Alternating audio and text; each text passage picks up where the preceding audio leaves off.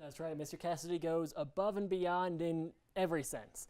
From ensuring he has a personal connection with every student in his classroom to handpicking each and every lesson to fit the needs of his individual classes, Alexander Casady is an inspiration, both in and out of the classroom, something he says is essential to being a good teacher.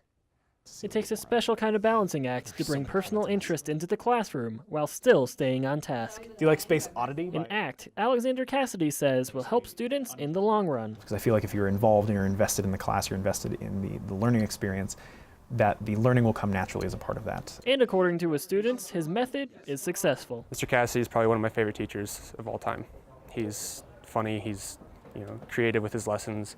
The lessons are interesting. They actually make me care about what I'm learning. Lessons that Casady says he designs from scratch. I design all of my lessons by hand. I design all of the handouts by hand. I design all of the materials by hand, and I handpick everything that goes into it. If he isn't engaged, his class won't be either. If it's something that I can't be excited about, I get bored with it. And so I do everything I can to keep myself entertained, and I think in a lot of ways that keeps the kids entertained too. But he says inspiring his students in the classroom is only part of his job. I think the role of any teacher is somebody who doesn't just inspire their students, but inspires their campus, inspires their colleagues, inspires the people around them.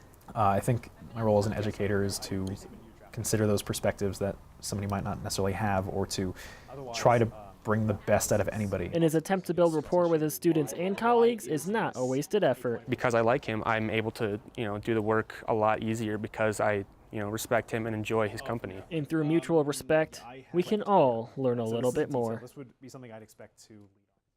He takes on so much and enjoys doing it too. The perfect educator to end our spring season on. And while we aren't taking any more nominations, be sure to tune in next week as we take a look back at our amazing teachers that we've featured this year. Aaron Vidito, NAZ Today.